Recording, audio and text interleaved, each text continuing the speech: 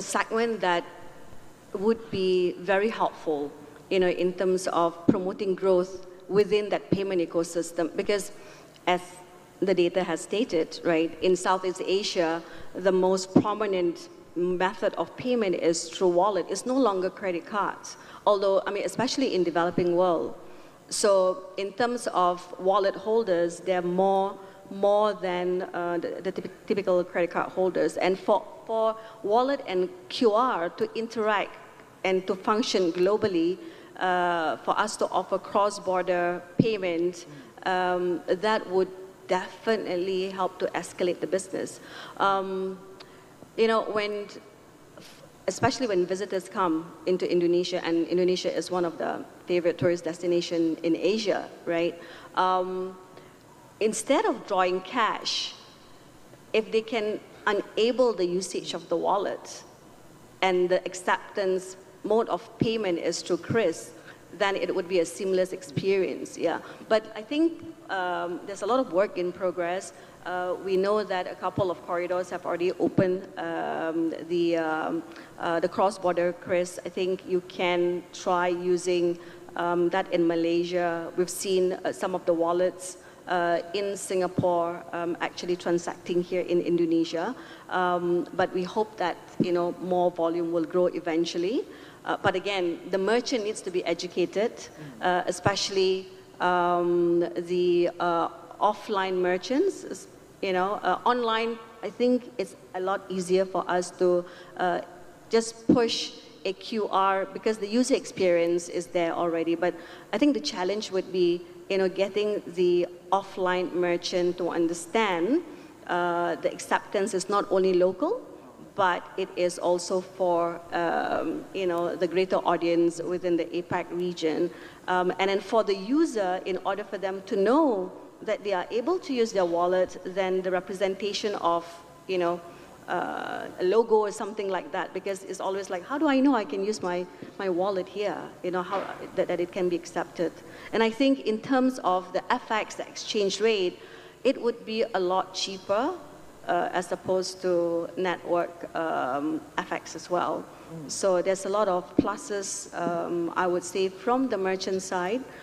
Lesser costs in terms of accepting payments. And I think also in terms of receiving their cash when it comes to settlement, because that is one of the key criteria. It's not only to receive payment, but then how do they then get the actual cash?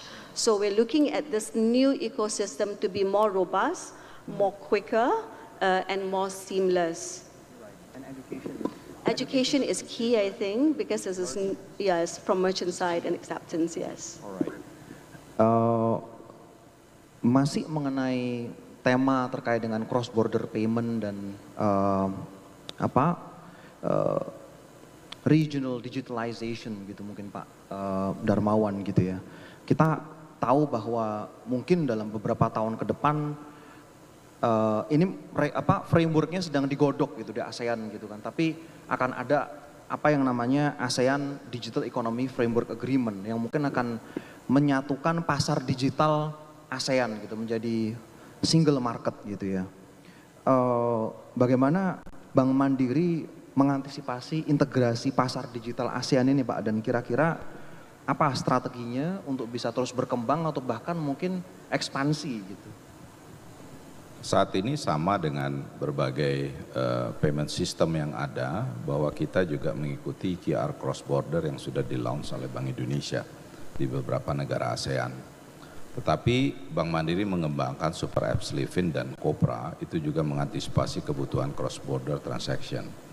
Kita melihat bahwa untuk Super Apps-nya sendiri itu sudah kita lengkapi dengan online onboarding, kemudian juga dia bisa cross border transaction, dan di dalamnya juga kita bisa memiliki kemampuan tidak hanya menggunakan apakah itu wallet system ataupun mungkin berdasarkan transaksi yang menggunakan super apps-nya langsung, bahkan kita lengkapi dengan e-debit card or e-money, e-credit card, sehingga transaksi dengan menggunakan Livin di gadget itu juga sudah bisa tap to pay dimanapun memang bisa membaca dari transaksi-transaksi yang card based ataupun QR based.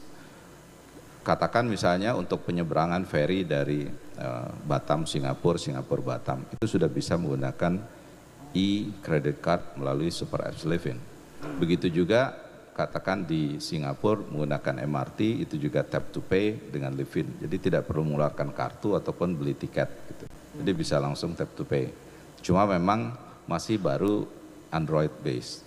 Karena di iPhone itu ada Apple Pay, jadi dia belum buka NFC-nya ya. Jadi memang ini ada satu kendala teknologi. Tapi untuk penetrasi, Livin by Mandiri dan Kopra by Mandiri itu sudah sangat siap untuk go global. Apalagi tadi saya sampaikan bahwa untuk melayani PMI, pekerja migran Indonesia di 120 negara saat ini, itu sudah menggunakan Livin.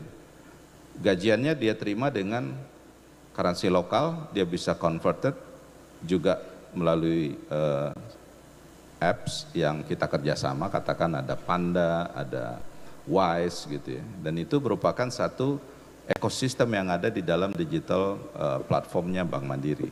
Sehingga semua pekerja migran di seluruh dunia dengan SIM card lokal, dia bisa menggunakan Super Apps Livin, online onboarding, dan semua transaksi itu bisa dilakukan dimanapun dia berada. Dan juga kita lengkapi dengan untuk cross border anticipating. Sekarang Livin itu bisa memiliki fitur 18 foreign currencies yang bisa dibuatkan sub account ataupun lakukan cross border remittance. Within minutes penerima bisa lihat itu sudah terkredit di rekeningnya di bank manapun di seluruh dunia, karena itu API based bukan Swift based. Jadi sangat kompetitif baik itu dari sisi exchange rate maupun juga biaya untuk melakukan pengiriman uang cross border.